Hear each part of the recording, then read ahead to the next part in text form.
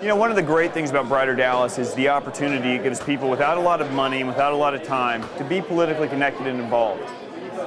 When I started Brighter Dallas, my dream was to see people come out in larger numbers than they had previously and get to know their congressman. Understand what difference does it make if I'm a 24-year-old and I have a good congressman or a bad congressman. How does that impact my life? We've seen that happening.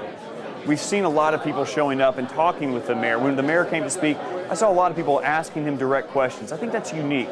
I think too often in politics or in social organizations, it's people getting together and raising money, which is phenomenal, and that's a great need we have in this city. But I want to see more people get involved, and that's what Brighter Dallas, I think, has really done well these past few months, and really almost a year now.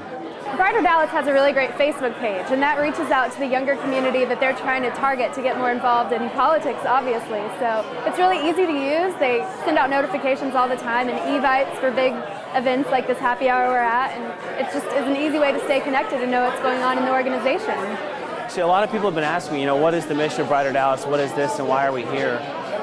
What was attractive to me is when Court mentioned that there's so many people, young professionals in our community who have a lot of energy and a lot of connections and a lot of interest in the community, but they don't really pay attention to what's going on in politics. And I think so many people who are our age have no idea how narrow the margin really is on many of the elections that decide how our cities run, how our communities run.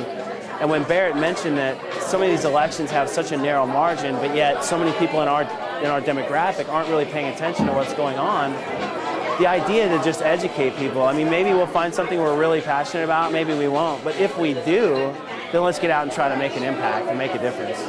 This has been a great year. As you know, we ended last year with our keynote speaker being Mayor Tom Leppert, which was terrific. We had a great turnout, and a lot of people have commented on how much they enjoyed hearing Mayor Leppert.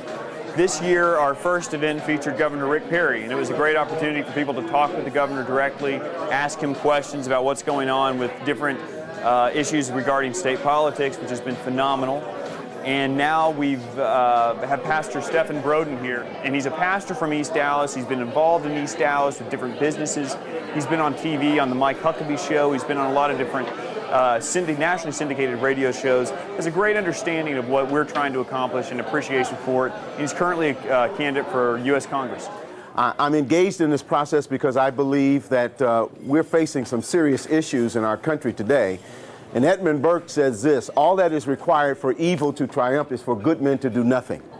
And so we have an opportunity to be engaged and to be involved in the political process to ensure that our freedoms and the liberties that we have under this Constitution and under this government will be the same for us as it will be for our kids to come. I believe our liberties are in trouble.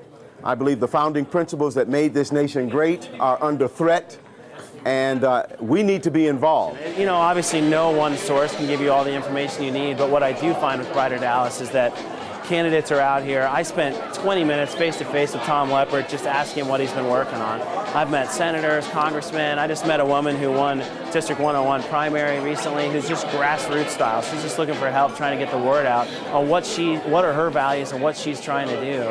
And she's just hanging out with us. We're having a drink, we're talking, and just a very natural environment. And I think that's what makes politics approachable, because this is what we'd be doing anyway. I love Brighter Dallas. I'm going to be involved as long as I can. I think it's really important. I think it's a great organization. I've been to the last few happy hours, and it's just great to see the enthusiasm in the community for politics, especially with the younger crowd of Dallas kids.